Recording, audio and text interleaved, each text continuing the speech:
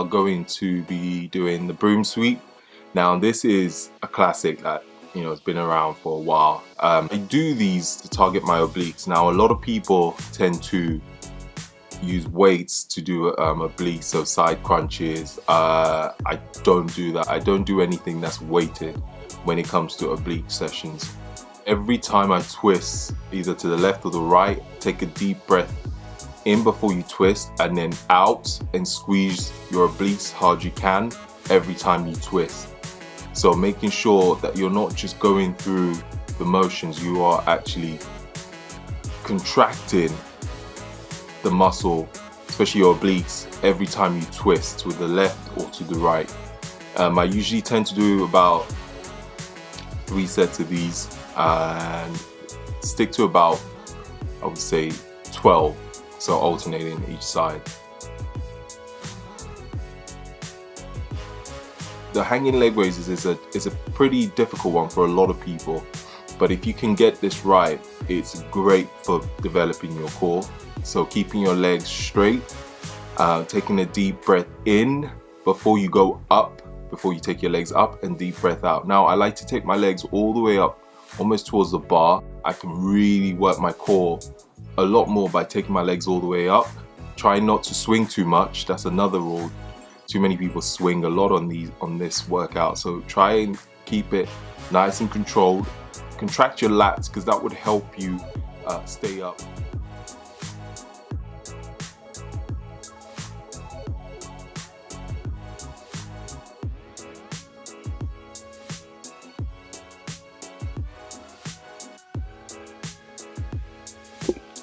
So next we have same thing again, hanging leg raises, but this time with your knees tucked, knees bent.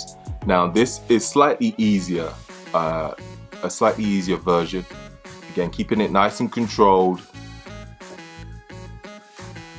Focus on your breathing. Out when you go up, in when you come down. Simple. Now a great alternative to these two, if you can't hang off, you know, the bar, is doing them on the mat to start. So same thing, straight leg raises and knees bent leg raises. Those can be done on the mat if you struggle with hanging off a bar. We have the barbell rollout.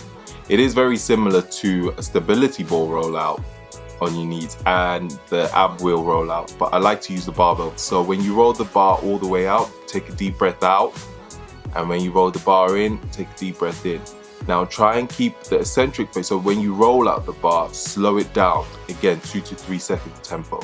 Nice and slow when you roll it out, and then in as quick as you can. So out nice and slow. With the rollouts, it really works your core, really targets your core. If you haven't done these before, try it. It is brutal. I would even sometimes take the tempo to a 5-second tempo when I'm going all the way down.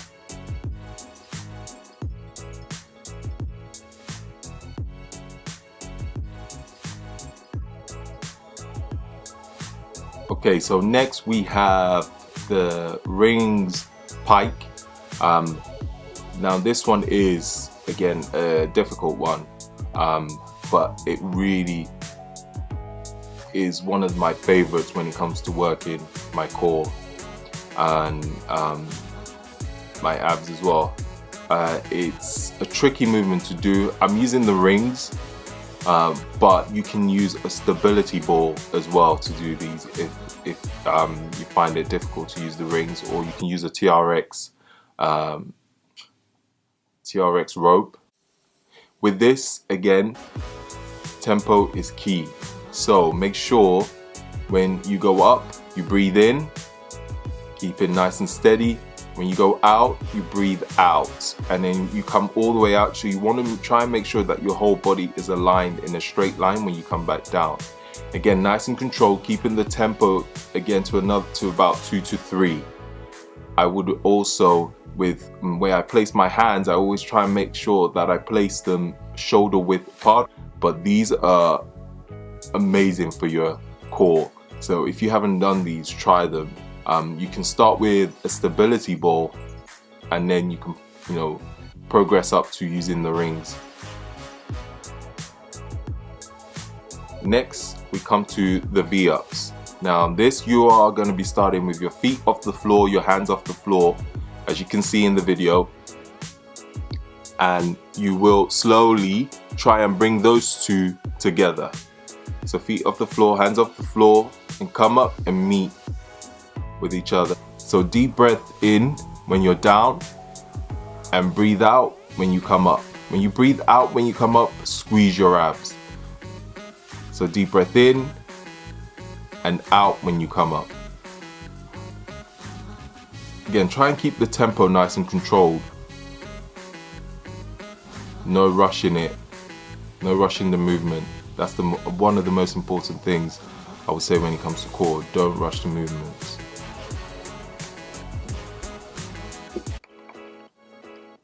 So the next one is a strange one. I actually don't know the name for it, so I just call it the V-up seesaw. This one, again, you start with, if you notice how I started in the beginning, crunched up almost into a ball, and then you open up and out into the V-up position as you you saw before. So feet off the floor, hands behind you off the floor as well. And you almost do you're almost going to be rocking back and forth without touching the floor, without your legs, feet touching the floor and your hands. So you're just in a rocking position. As you can see, my abs are continuously contracted throughout the movement. So you're almost trying to stay on your glutes and your lower back as you rock back and forth. Again, this one you have to be careful. It is quite difficult to get right. It's one that I'm actually still learning to really get right. But again, I dare you to do these and your abs will be sore, insanely sore. And these are great also for your lower back. So again, 12 to 15 reps. Try and keep it nice and controlled. Don't rush it. It's not a race.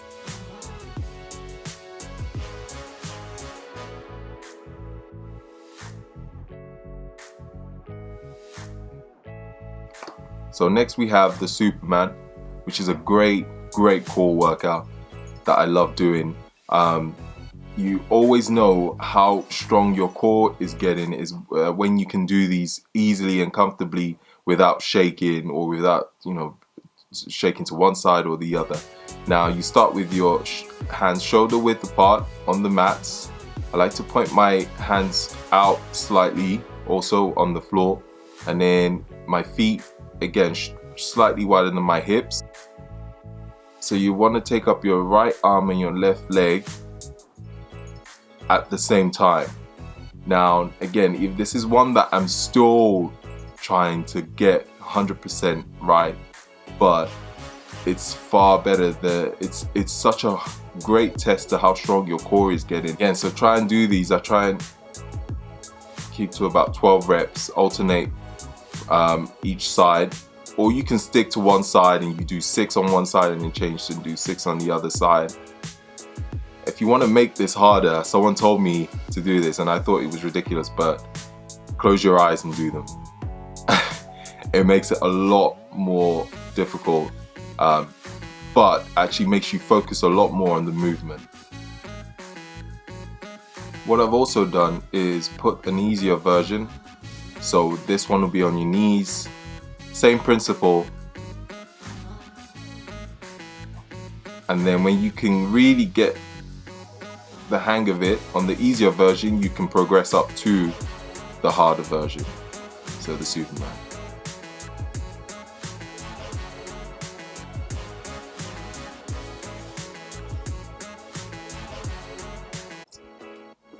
And next we have the ball slams. Now this one is another weird one that a lot of people don't think about doing, but it is another great core workout.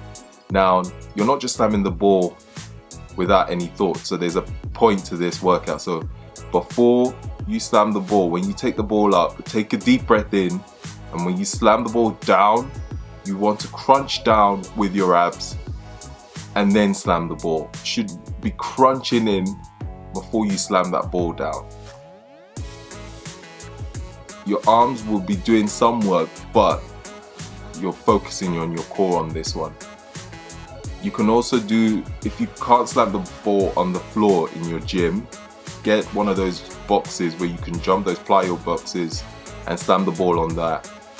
It's the same effect. But yeah, and again, another 12 to 15 reps in these 3 sets. Really use your core when you slam the ball on the floor. Breathing is key again with this one. Take a deep breath in when you take your arms over your head. Breathe out and you slam the ball down onto the floor.